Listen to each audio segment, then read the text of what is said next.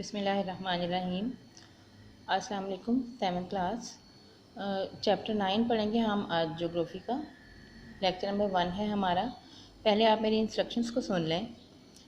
आपको जो ब्लॉक में वर्ड्स नज़र आ रहे हैं ये आपका ऑब्जेक्टिव है, ब्लैंक्स की फॉर्म में पूछा जाएगा आपसे। और जो हाईलाइटेड वर्ड्स हैं ये डिक्टेशन वर्ड्स हैं। कहीं पे हाईलाइटेड वर्ड ब्लॉक में भी हैं तो ये आपके दोनों फॉर्म में इस्तेमाल हो रहे हैं, दोनों तरह से आपसे पूछे जा सकते हैं। चैप्टर जो हम पढ़ने जा रहे हैं प्रॉब्लम्स ऑफ अंडर डेवलपमेंट, मतलब जो अंडर डेवलप्ड कंट्रीज़ हैं उनके क्या क्या मसाइल हैं, किस तरह के मसाइल उनको दरपेश हैं, क्या क्या मसाइल वो फेस करते हैं, ये सब इस चैप्टर में हम डिस्कस करेंगे।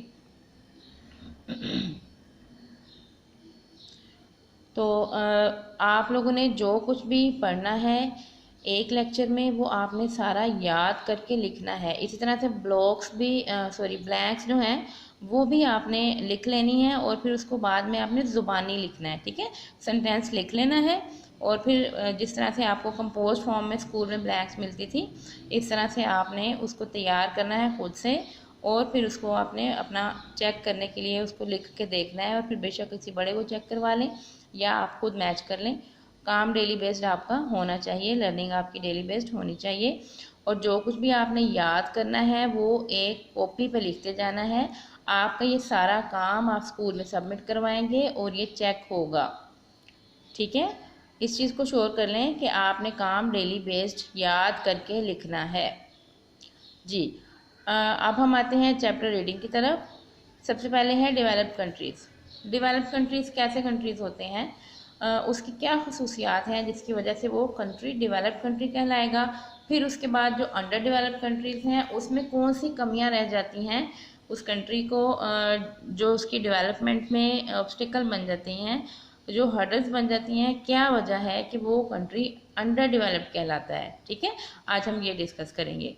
अब रीडिंग करते हैं। डेवलप्ड कंट्रीज़ मतलब जो तरक्की याफ्ता ममालिक हैं उसके बारे में हम पढ़ेंगे। The developed countries are economically stable nations. सबसे पहली जो क्वालिटी है डेवलप्ड कंट्रीज़ की वो क्या है कि वो मुआशी तौर पर मुस्तहकम कौमें हैं, इकोनॉमिकली स्टेबल नेशंस हैं वो। High literacy rate, high gross national and per capita income. अब मेन जो चीज़ है वो सबसे पहले तालीम है। अगर किसी मुल्क में तालीम जो है शरह ख्वानदगी ज़्यादा है, ख्वानदा कहते हैं पढ़े लिखे होने को, पढ़े लिखे होना ख्वानदा कहलाता है।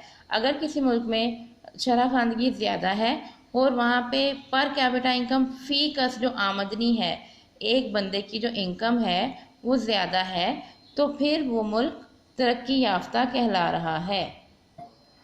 यूनिवर्सल अवेलेबिलिटी ऑफ फैसिलिटीज़, और जो फैसिलिटीज़ हैं मुल्क में वो मुल्क के तमाम बाशिंदों को हासिल हैं। Are the salient features of these countries, इस इन ममालिक के साइलेंट फीचर्स हैं। मतलब कहने का ये है कि डेवलप कंट्रीज़ ऐसे कंट्रीज़ हैं जहाँ पर सबसे पहले तो वो कौम मुआशी तौर पर मुस्तहकम है, फिर वहाँ पे लिटरेसी रेट हाई है और फिर पर हेड जो इनकम है, फ़ी फ़र्द जो आमदनी है वो भी अच्छा कमा रहे हैं, लोग अच्छा अर्न कर रहे हैं और फिर उनको तमाम सहूलतें हासिल हैं जो कि यूनिवर्सल लेवल पे होनी चाहिए किसी भी फ़र्द को तो और किसी भी मुल्क को। तो इस तरह से ये कंट्री जो है डेवलप कंट्री कहलाएगा और यही इसके साइलेंट करैक्टरिस्टिक्स हैं। इम्पोर्टेंट जो अहम इसके खसूसियात हैं डेवलप कंट्री कहलाने की, वो ये सारी क्वालिटीज़ उसमें होंगी तो वो मुल्क डेवलप कंट्री कहलाएगा।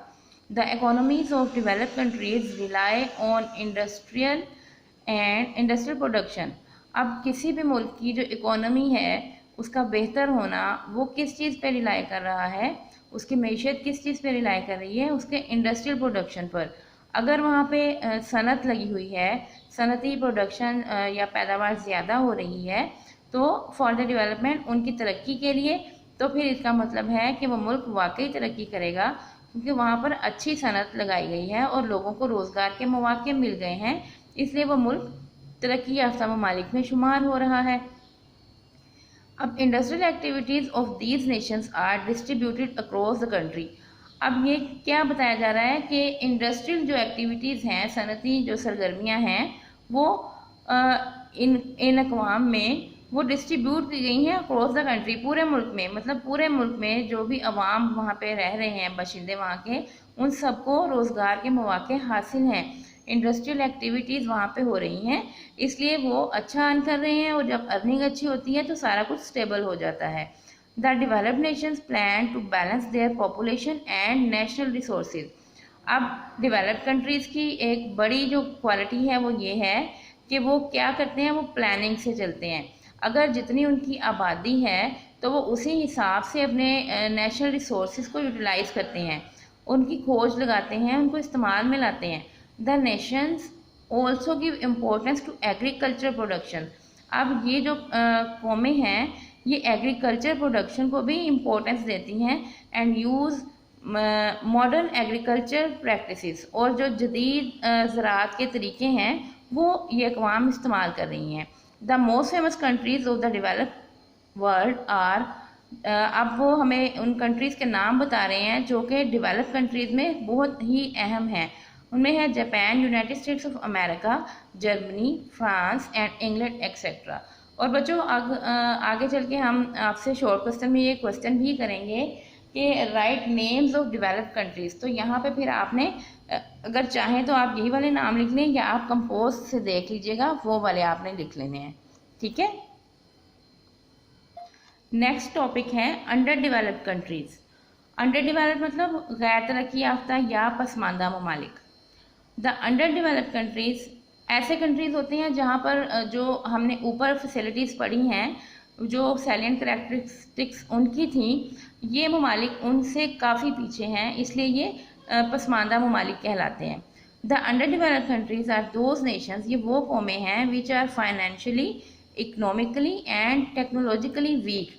अब वो हर सतह पर कमज़ोर हैं, उतनी मुस्तहकम और मजबूत नहीं हैं, फाइनेंशियली इकोनॉमिकली मतलब माशी तौर पर, इक़्तिसादी तौर पर, पैसे के एतबार से, और फिर टेक्नोलॉजी के हिसाब से ये कौमें कमज़ोर हैं, वीक हैं। The basic cause of their under development is the role of miss management.